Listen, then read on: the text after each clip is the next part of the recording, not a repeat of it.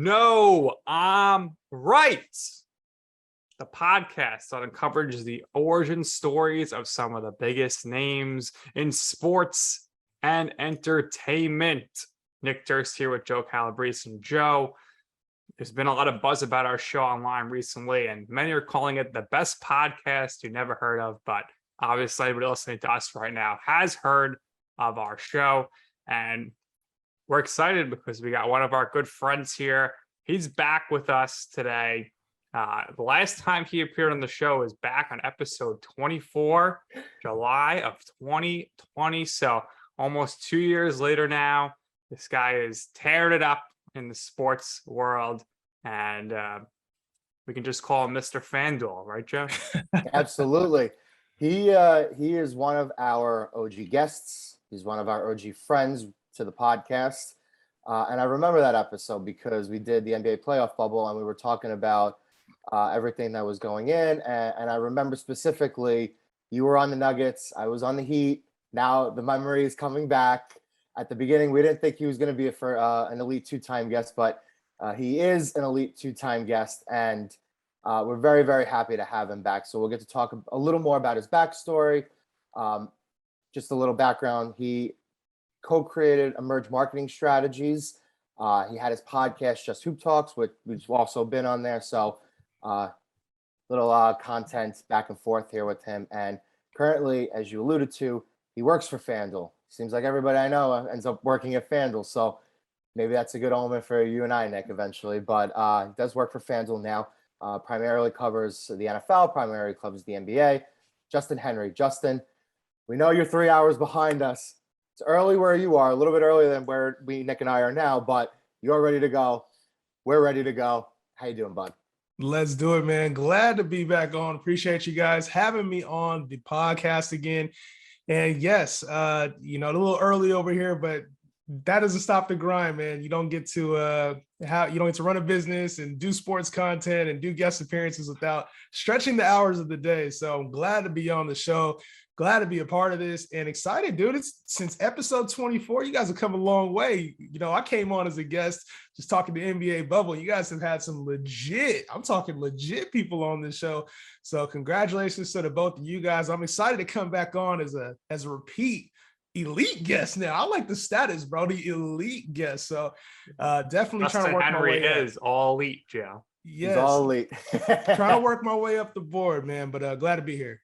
Well, we're excited to have you on FanDuel's very own. We'll get into that. We're gonna start in the beginning here, of course, which is you growing up, Sacramento native up there in Northern California. Yeah. When you're in school, the Kings, the best they've ever been. Mike Bibby, Well, it just incredible. But you hated them. How did that happen? I hated them, bro. So I grew up and I was kind of drawn to the Lakers. And so when Shaq was coming in, Kobe, and I always watched hoops. I like LeBron. I like the Magic, Mike. So even when I was a kid, I always loved hooping. I was the guy with the sports almanacs. My mom would get that for me every single Christmas, like the 1994, 1995. And so I was a statistician, the guy with all the basketball and baseball cards. And I'm just checking out the stats in the back. Who won Rookie of the Year? Who was an All-Star? And I was just naturally, I'm a debater. So going into it, it's any kind of sports conversation, I wanted a part of it when I was 8 years old, 12 years old. I don't know if I got humiliated or something when I was younger, but that just happened to be a passion of mine, was I got to get in these conversations. And so, over time, I in high school, man, I was the guy, the Lakers fan. I wore the same Kobe Bryant jersey every single day. No cap, I probably wore it 3-4 times a week, not gonna lie. And it was the nice swingman when they first came out too, the stitched jerseys. And so, growing up in Sacramento, obviously that was the heart. I went to high school during the heart of the Sacramento Kings run, the Mike Bibby, Jay Will, Chris Webber, and so going back and forth with those guys at the time, sports became a part of my life, man. I played fantasy sports back then, talked about sports, played hoop in high school. So it's it just naturally evolved. And I actually kind of got away from that in college, man. And in just some of my early life, I used sports so much as a crutch that it almost became an Achilles heel for me. At the time is what I thought. And so I kind of dialed back a little bit as I grew up. Still heavily involved in the NFL, still heavily involved in the NBA right after high school. But it was one of those things that as time grew on, I started having a family and stuff, man. I had to dial back on it because I was concerned that it was taking over what I did, you know?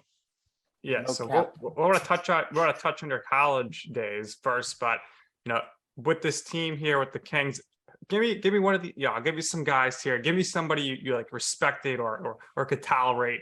Obviously, White Chocolate, Jason Williams, Chris Webber, Peja Stojakovic. You had Doug Christie, John Barry back in the day, Nick Anderson, Vlade Divac. Gibby, Yep. Vlade Divac. Give me somebody you kind of respected or you liked. So I can either give you a funny story or a player. Okay. Player, I respect Chris Webber. I respect the shit out of him. I met Chris Webber downtown at a restaurant one time, downtown Sacramento, and we chopped it up. He was like really down to earth, guessed my age and my shoe size, just off like that. He said, "You're 18 years old. You wear a size 15." And I was like, "Yeah, bro, like or 16, however old I was when I met him." And he knew like exactly. And so it was kind of crazy that he actually could guess that. And so he had a real chill conversation with me. That was like one of the dopest experiences when I was 16 years old. And at the time, funny, I was actually wearing a size 15 shoe, but I only fit in a 14. Like I was trying to, anticipate the growth that never happened. That's what I was trying to do. So ended up that. But the funniest story is actually Hito Turkoglu was the guy that I loved. Hito Turkoglu. It was because he had this huge nose, bro. And so he used to come to the school, to Elk Grove High School, and we would like make fun of him, man. It was bad thinking about it now, but we would draw posters with like the outside of his nose. Chris Webber and Jay Will would like laugh at us when they came in there. We would always win this competition and the Kings would come to our school, and it was hilarious, man. I feel bad about it now, but it was hilarious at the time. So we're going to move on to your college days. You attended Cal State University and you studied marketing, right? So at the beginning, I mentioned emerge marketing strategy. So we'll get back to that a little bit later. But you studied marketing there. So what was the decision process behind the school choice? And how did you keep yourself active at school? And what kind of internships and opportunities were afforded to you? Yeah, so this was back when college was a little different. Then I tried to get into UCLA, Stanford, Cornell, try to get in all these schools. I was 3.8, 3.9 student, so I was pretty smart. AP classes, honors classes, but civil engineering was actually where I started. And so I was hoping, math and science were big strong suits of mine. Obviously, numbers guy, but math and science were big strong suits of mine. And so I started civil engineering. I actually quit. I actually dropped out of college for a year. And I went to college for a year. Then I dropped out. And so I wanted to work, man. My mind wasn't in the right spot and I wanted to try new things. I was always like very structured at home. My home life was really structured. And so my parents were super disciplined, always on me for good reason, obviously, but kept me out of trouble and, really kept me on a fine line. And as I got older, I realized I don't like being told what to do. I don't like constraint, man. And so when you have that mentality, it's tough because, there's times where you need to figure out you growing up. You have to figure out who you are. And I was at the age, I was, young. I graduated high school at 17. And so I had to go through that process and work and figure out what I wanted to do because I was bored with civil engineering. I was bored going to school. And so I didn't know. I was in this kind of a cross paths of life where I was trying to figure out who I was because I didn't get to figure that out a little bit earlier. And that still continued on for a good 5-10 years of me just trying to figure out who the hell I was. And in school, it was one of those things I had to drop out in order to realize I belonged back in school. I had to drop out to realize that just because I was good at math and science didn't mean I had to go to a career path that didn't suit me. And so the more I heard about civil engineering, the more I actually dialed into what it was. I found out it wasn't for me. I actually was sitting in a class, little side story. I was sitting in a class called Intro to Civil Engineering. And once I quit school, I went back in 2000. So I went back 2 years later. And then I had to actually sit in a class called Intro to Civil Engineering, which became a requirement. And that's the class that made me drop out. There was a sign on the wall that said, interested in sports marketing, right? So this whole sports thing ends up coming back full circle. But it said, interested in sports marketing, get your degree at like New York University or something like that. And I ended up sitting in that class every single week, looking at that sign saying, I'm going to get into marketing. like, I'm going to get into sports somehow. I'm going to get into marketing. And that's the career path I'm going to choose. So I ended up switching my major to marketing and finishing school in 3 years. So I really took an accelerated path, like took 24 units one semester, like just really dialed in, locked in, man.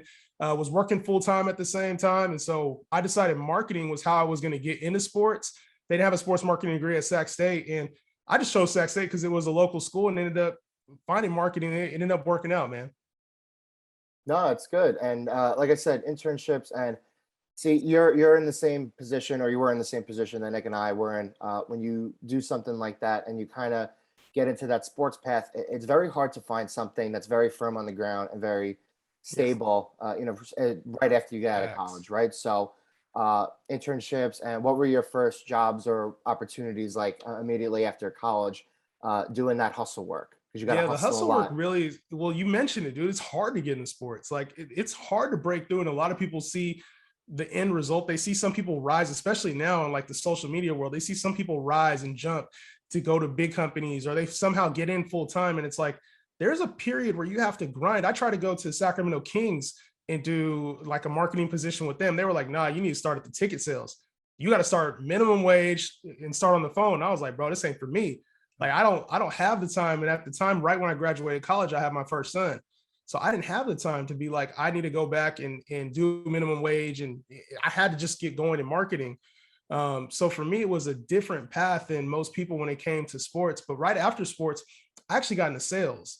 So I was big in serving, when I served tables and bussed and bartended during my college years. And so that was the way I was able to work full time, pay for school, do what I needed to do in the daytime with school, and then actually work, and then, have a nightlife too.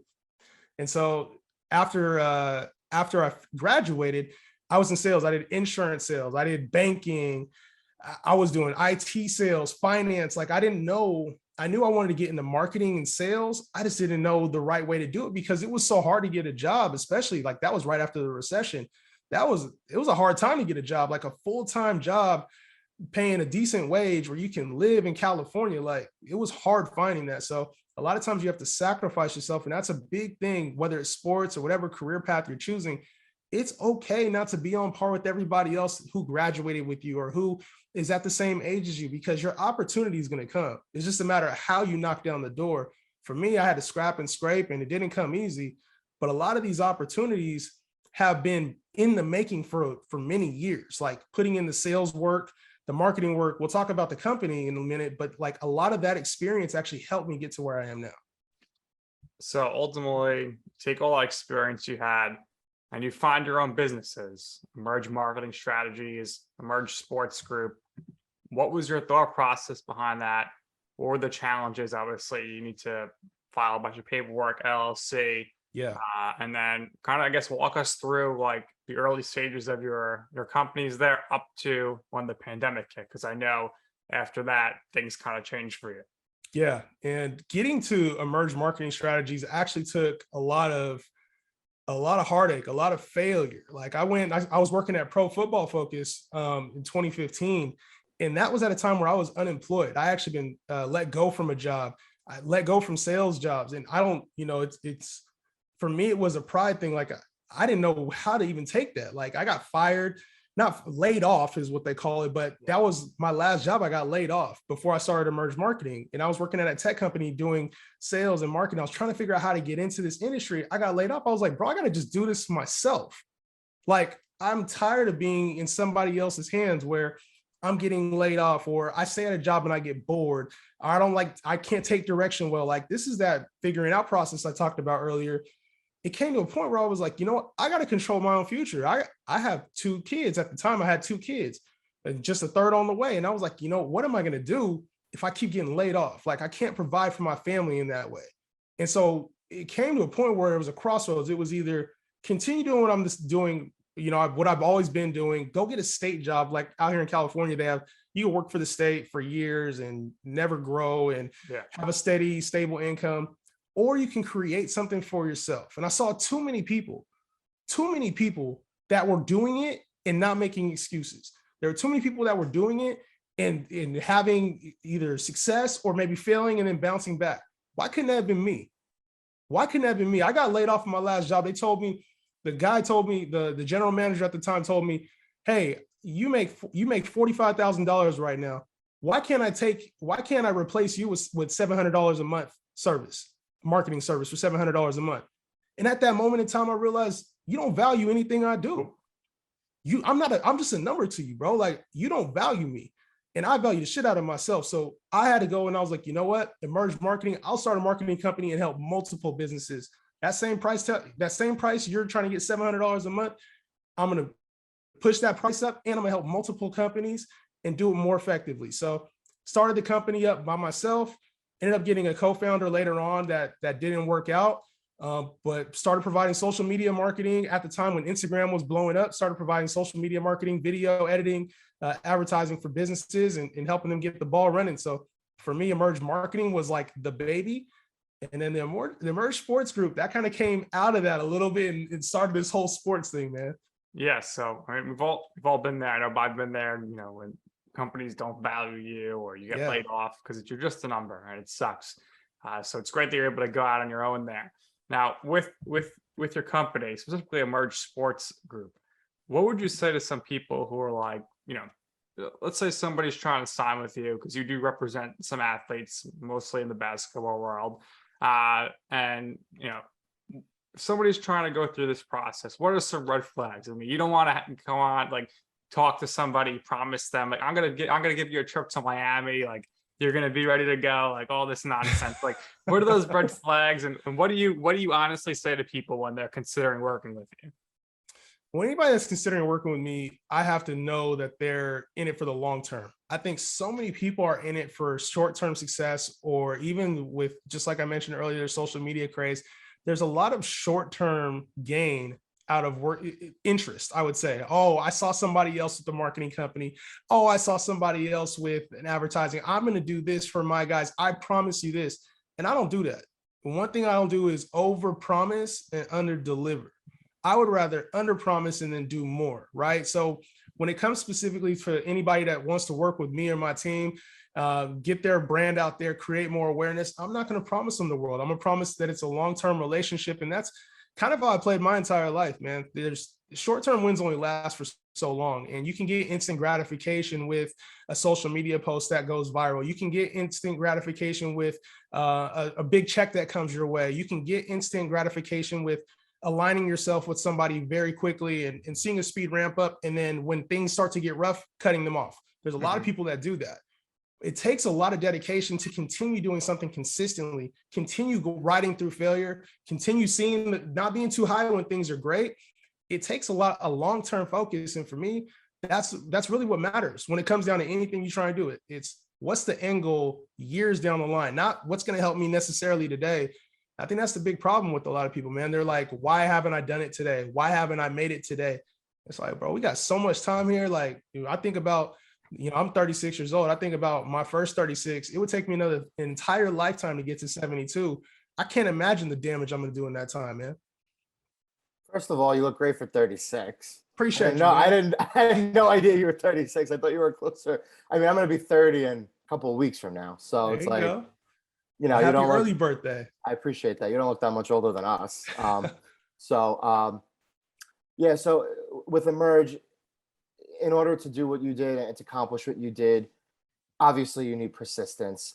And for somebody who's as multi-talented as you, I think ultimately it ended up showcasing that all-encompassing range of talents and natural skills that you had, combined the numbers and the math side with the socialness and being able to want to act on that urge for you to serve other people and to serve other companies and ultimately have them grow. So you mentioned video editing. So now we're going to have my favorite part of this podcast coming up. We're going to talk about freelance editing and being a videographer for Damon John. Now, I know somebody personally who used to work for Damon John. Oh, really? So I'm not going to mention any names. Okay. But I want to talk about that experience. Yeah, and that whole experience came out of this mentality. I think going over over in the past, if this experience would have happened 5 years ago, I would have never, or 10 years ago, I would say I would never work for Damon John. But back in 2019, I want to say it was the end of 2019. I was at the time I was running an Emerge Marketing, Emerge Sports Group had just been launched. This was right before the pandemic, and I actually went to a Damon John conference. Now, when I went, I had no expectations, right?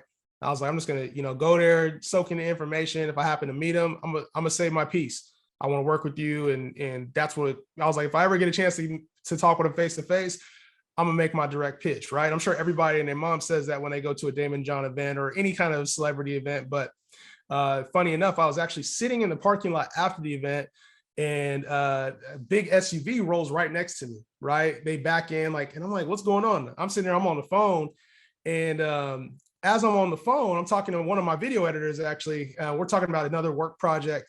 And then I'm sitting there and I see them start opening the back, throwing a whole bunch of food and pizzas or sandwiches or whatever the hell that was for lunch that day. They're throwing them in the back. And then all of a sudden I see little, hey, David, if you see this, you small to me, bro. But then I saw little David John walking around. I was like, you got to be kidding me. This is him, right? And I'm on the phone. I was like, hey, bro, I got to call you back.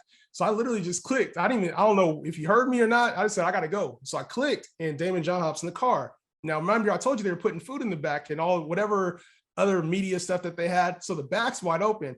I go to the back and I'm like, hey, what's going on, Damon? Hey, my name is Justin Henry. I saw that you needed help with social media editing. You're looking for videographers in your area, man. I'm out here. I saw you to have a video guy today. Would love to help you on any video project that you have. And he's like, whoa. Stop yelling at me. Come up here. And at that moment, I was like, oh, he's hearing what I had to say. So I walked up to him and I was like, hey, I have my own marketing company and I saw what you needed help. I'd love to do any type of video editing, whether it's for free, for your lower cost. If you have a project coming up here on the West Coast, I'd love to be part of your team. He's like, well, actually, I could have used somebody out here today. I don't have anybody on the West Coast that I truly, can use for any event. I was like, whatever you need on the West Coast, I'm down to go SoCal, Vegas, wherever you want. I was like, I'll help you out. And he was like, all right, well, contact my guy over at the Shark Group. Here's his email. I didn't have a pen or paper. I was like, okay, it's blank at whatever email address it was. I was like, all right, I'm gonna contact him. And so I'm sitting there trying to remember this, like Will Smith in The Pursuit of Happiness, where he's like saying the numbers. I'm literally saying the thing. I have no pen with me, so I have to drive to the gas station, get a pen and paper, and the rest is history, man. I emailed it, and we end up doing, I want to say 2 or 3 shoots with them within the next couple of months. So, and a few more projects later on. So it was good. That connection actually led to a whole lot more than just a Damon John video shoot. So I'm glad that was one of the better days in my recent years. Yeah, I love that story that you were just able to go up to someone like him and make your pitch. He hears a lot of pitches, but very happy it worked out for you. And it sounds like there's a good connection there, and hopefully things continue to work out for you there. Yes, now, moving on here, Joe mentioned this earlier, Just Hoops Talks, your YouTube channel back that you launched a few years ago to talk basketball. We also got to talk about your fantasy football stuff, the lineup setters for Landry football. What was your process there? Halftime, just like, hey, let me get out here, let me start putting stuff out there. So tell me about that, and then ultimately tell me how you ended up with FanDuel. So with my video editing, we have one of my video editors, his name is Will Thompson. And so we always were talking basketball, and I would be like, since my college days, I was like, you know what, I need to get with my boys. We were always talking sports. I was like, this was back in 2008, 2009, before everything popped off. I was like, hey, we need to do a podcast. We need to do videos on YouTube and just talk and argue, because I know our conversations would be dope. People would love to see it. Like, let's just go argue, talk about our normal stuff we always do anyway, and let's put it on video. And so leading up to this, I've had this thought, over the years, and never just put it to action. And so me and Will, we're like, hey, let's do a podcast. That's kind of when the audio thing started. Gary Vee started talking a lot about, hey, you want to be on audio. So we're like, how do we get our own podcast up? We just started talking basketball, and it was all audio at first. And so we would go and we would do these episodes, and they would be so sporadic. We would talk about just whatever. And they started catching attention on on Anchor, on Spotify. We're like, why is this thing growing? But we were so inconsistent, right? And we were like, well, how do we, push the envelope a little bit further? And then March 2020 came, pandemic came, and it was like everybody started getting in their creative bag. And for us, that was doing video. And so we started doing video, and we noticed we're like, hey, let's push this YouTube grind. Our videos were catching a lot of stream. And I was like, bro, we got to start doing a little bit more. And so we started having guests on. And that's really when things took off. We were getting some NBA players. Some of our G League guys were on there. We had some media on there. Nick was on. Nick and Joe, you guys are both on the show. Box Out crew. The Box Out crew. And so, I mean, things just started kind of taking off. We started getting sponsors on our show. And so it was a good experience for me leading up to a lot of this. You mentioned Fantasy Gods and FanDuel. That, like I said, it's all kind of, it works together seamlessly, and it's really transitioned on, helped me get my editing skills down from scratch. Like, because a lot of times now it's so easy to hit a StreamYard or just do a simple, live cast. Then we weren't doing live. We were going through, I was editing all my videos. So getting the graphics nice, getting it all edited up. So it would take me a lot longer, but the end production was really good. And so that actually helped kind of lay the foundation for things now that FanDuel and Fantasy Gods, when I wanted to step into the fantasy football world and it was finally time, things were in the right spot. Yeah, and now you're at FanDuel now. So after all that grinding, all that journey work, you finally reached the mountaintop and finally got that major job at a major company for a major sports book. And like I said, you always specialize in doing football and basketball stuff. So how did FanDuel approach you, and how much fun have you had there since you started? Man, it actually started a little bit before that. So last summer, I started talking with a bunch of my friends. I'm telling you, like it just comes out of nowhere. I was like, one of my boys was like, "Oh, I don't have any money for investing." Right. And so we were like, dude, you can make money off investing. I was like, all you gotta do is start a fantasy football podcast. All you gotta do is just build up your social media following. You can make an extra $50. TikTok will pay you, YouTube will pay you. Just grind it out for a year and it'll happen, right? Make an extra $50 a month. I was like, hey, all three of us can do it. We can all push together. We'll make an extra $150. No, it's easy, no problem, right? And so we started up a fantasy football page literally within a day or two after that. Like, when I tell you I start something, when I have the idea, I literally just go with it. We started Fantasy Gods on TikTok. You can find us there. We were at 0 followers last year in June, 0. We had just started the page. By August of 2021, we were at 20,000 followers. No shit, like it happened. And so that was a big combination of just persistence, knowing what people like, the marketing skills, knowing the sports. It all came full circle, man. And so in that time, there were some posts that went viral. We had some million view posts. A lot of the views were, fortunately for me, like they came from my personal brand. Like people were recognizing me a lot. The takes were kind of crazy sometimes. They were funny, but a lot of recognition started coming in. And so people were recognizing my face, I think, just on TikTok. And then I get a random DM one day from a guy at FanDuel. And I'm like, well, what's going on? They're like, hey, we want to talk to you real quick. And I'm like, well, is this a branding thing? Like, are you looking for the Fantasy Gods? We can talk to them. He's like, no, I'm interested in you specifically. So he's like, hey, let's have a conversation. And so I talked about the direction. They're like, hey, we want to sign you to a 1-year deal. We like what you do on TikTok. We like what you do. We want to get you some live videos, mainly just doing the same thing you've been doing for Fantasy Gods, just making some TikToks. And I told him, I was like, hey, I have a wider range than you probably think. I was like, I'm not just a TikTok guy. I'm not just a fantasy football guy. Like, I have a pretty big range, and I showed him some of the Just Hoop Talk stuff. A lot of the things that I have been doing, I told him I worked with NBA players. Like, a lot of the things that I have been working on, video editing, marketing, just knowing that stuff actually helped me.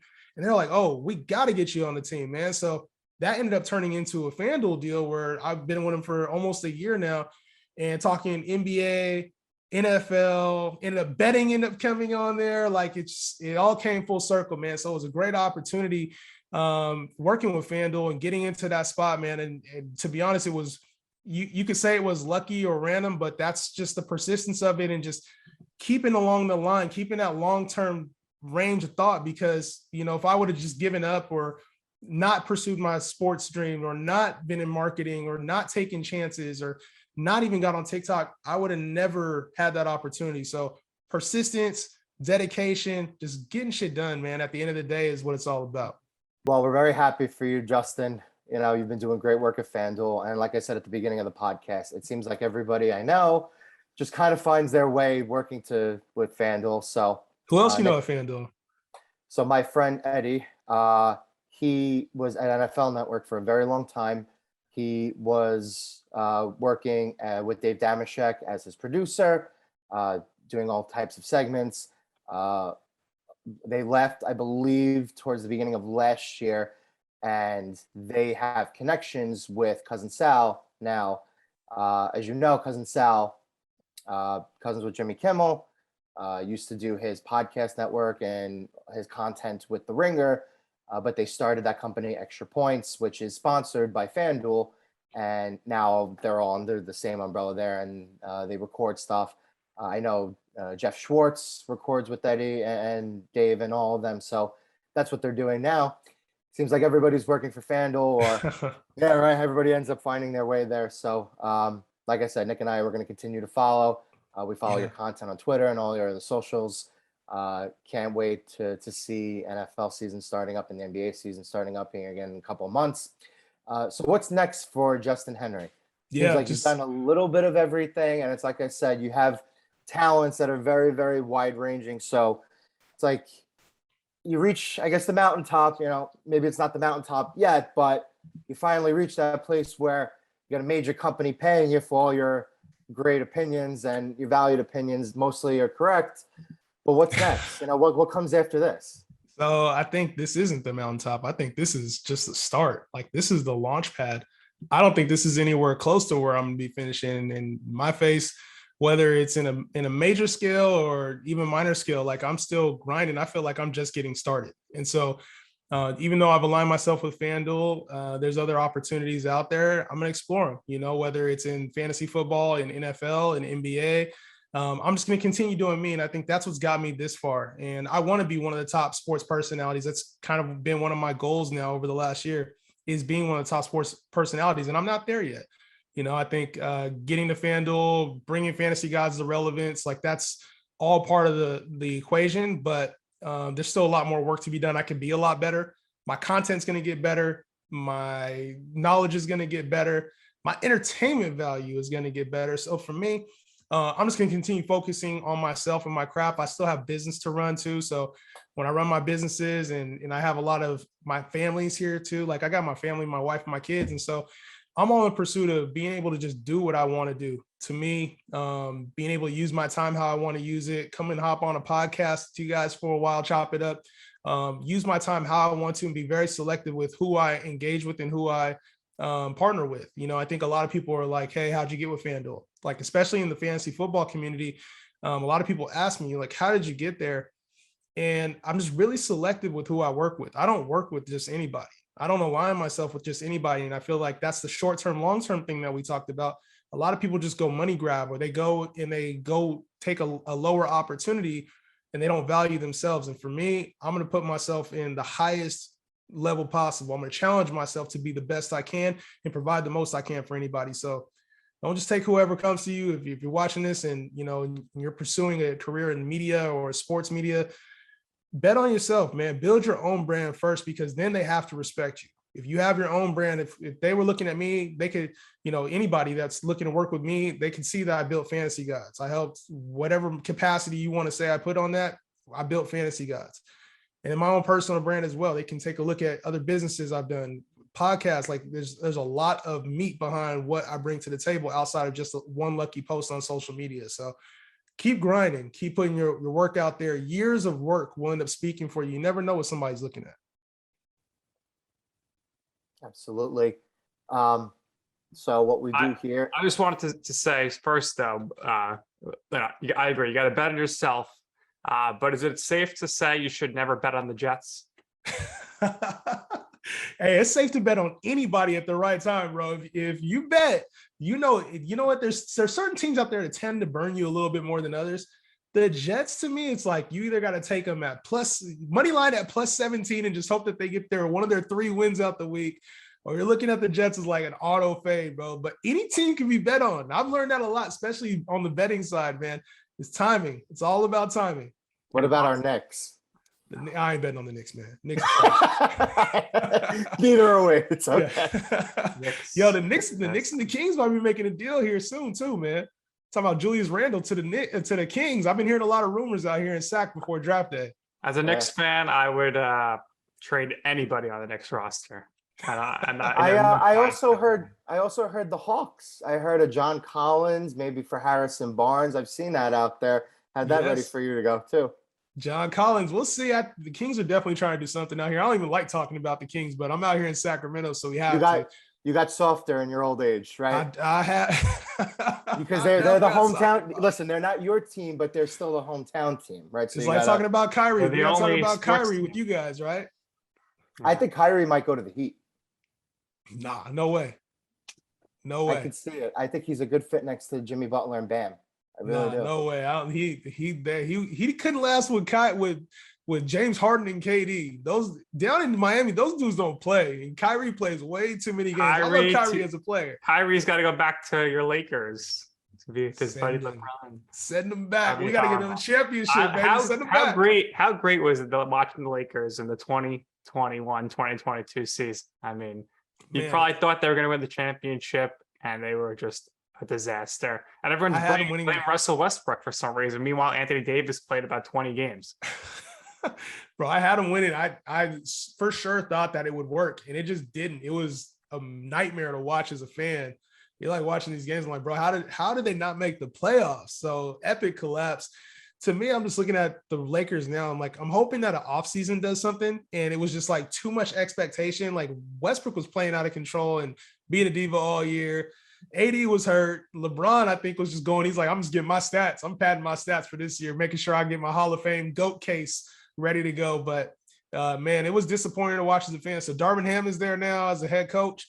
These guys have a year to say, all right, this is a good fit. If not, if Russ got to go, he got to go, man. Let's get it right. The Lakers don't have much time. LeBron don't have much time, especially since he's the GOAT. You know, we got to make sure we see that come to fruition.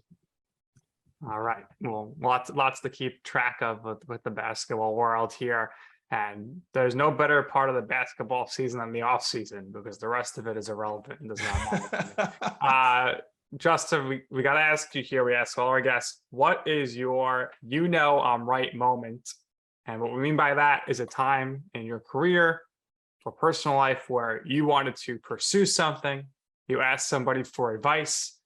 They say, Justin, that sounds like a bad idea. I don't think you should do that. And ultimately, you did it anyway, and you tell them this, I'm going to do it my way, and you will see why it is that I'm right. I can think back, and I kind of touched on it a little bit, but getting laid off, man, getting laid off and them telling me I'm not good enough. And I said, you know what, I'm gonna start my own business. And so for a month, I decided, should I go take a job? I had a couple of job interviews. I had a couple calls with the guys that were like, no, I believe in you. And then there was a couple of times they're like, just take a job, go get a job. And I'm not gonna say who said that. They said, go get a job, provide for your family. And for me, that was the sign I needed to start my own shit. It was, you know what? I'm going to be right about this. I'm right. And now especially now I'm right for sure, because now you've seen me start multiple businesses. You've seen me have a social media growing, get employed by a large corporation that hunted me out. I'm right now. Now you can see the fruits of all the labor that went in, all the things you thought I couldn't accomplish. I'm getting them done now. So like I said, there's still a lot more on the table, a lot left for me, but that for me was a sign, I'm right now. I'll tell you what, then, Nick, maybe we got to collab with Justin a little bit more.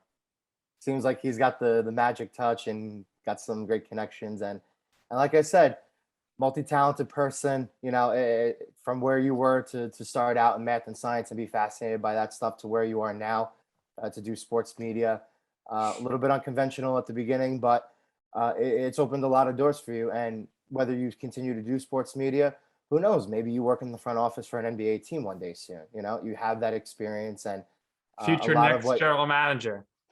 I'll own a team later. Let's put it out there. I'll own a team later. Future of the Kings. I could see you He's owning a finally team. got to be a Kings fan when he owns the team. That's the funny part. You're gonna have to own the Kings because no, man. Hey, at the end of the day, I own whatever team because that's been a lifelong dream of mine too. Whether it's ownership, GM, I thought I wanted to work in the front office, but I don't think I want to do that. I think I just want to do enough in my lifetime to where I have the chance to own any professional team, whether it's basketball, cricket, tennis, whatever it is. I just want to own a professional organization, some kind of sports team.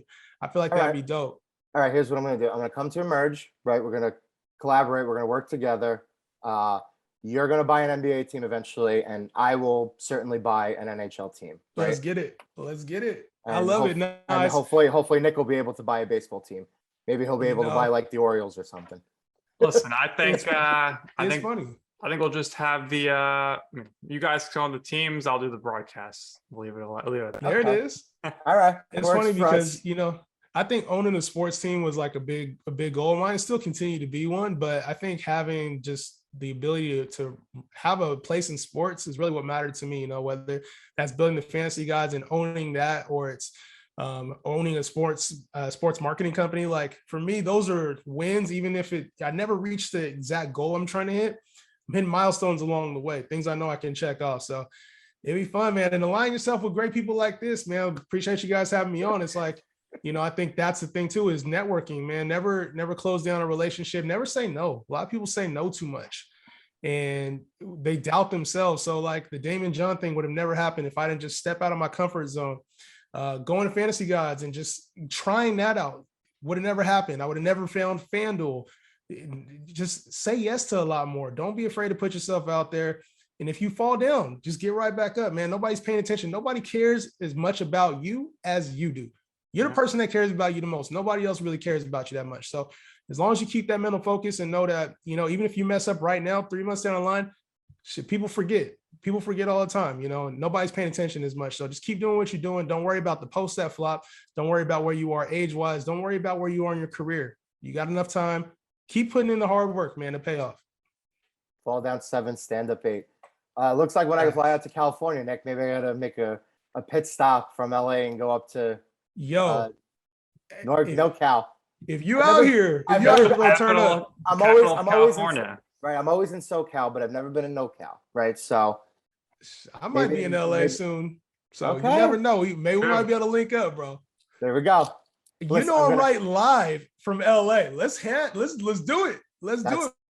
That is something that Nick and I have talked about, and yeah, absolutely something that we'll currently we'll be in the process outside of the Staples Center. There's a lot of real estate out there. We can go right outside of the Staples Center. Let's do it. Long and gone. Idea. Crypto arena. Crypto.com arena. Crypto.com. You're right. It's crypto.com arena. Anyway, Justin, thank you again for doing this with us. I'm right question is the only wrinkle that's a little bit different than the last time you were on. But again, we really, really appreciate you doing this with us. You're a great friend. Can't wait to meet you in person. That's going to come soon. That's going to come next. Everything that you've already accomplished, we're impressed by it, and we'll continue working together. We'll continue being great friends. And you know how this works. We always give our guests the last word. So you got plenty to share and promote already, but if there's anything else you'd like to say, by all means, go ahead. No, I want to say thank you guys for having me on. Appreciate the relationship. Nick, my man, you've been a good friend throughout all this, man. I think I'm going to use my last time to say, if you're not watching the show, if you're not promoting, supporting these guys, this hard work that they put in, man, you guys are doing a disservice to yourselves, man. Shout out to you guys, man, putting this on, grinding for 2 years, dog, grinding, man. And, I think you guys have gone through some ups and downs too with this show, whether it's, thinking one thing was going to take off, having some guests on and just speaking from the heart, man. I really appreciate you guys. Nick, you especially, bro. You've been in my corner for a long period of time, man. So appreciate you guys rocking with us, rocking with me specifically. Appreciate you guys. And that's what I use my last time for, man. I don't need to promote myself no more. I appreciate y'all. All right. We appreciate those last words. And it's been 160 episodes, but we finally got Justin back on. He was on episode 24, and this is 184. So, Joe, that's a lot of hours that we put in here. So we appreciate Justin's last words. But that's going to do it here for this episode of You Know Him, right? For our very special guest, FanDuel's Justin Henry, and my co-host, Joe Calabrese. I'm Nick Durst, and this has been You Know Him, right?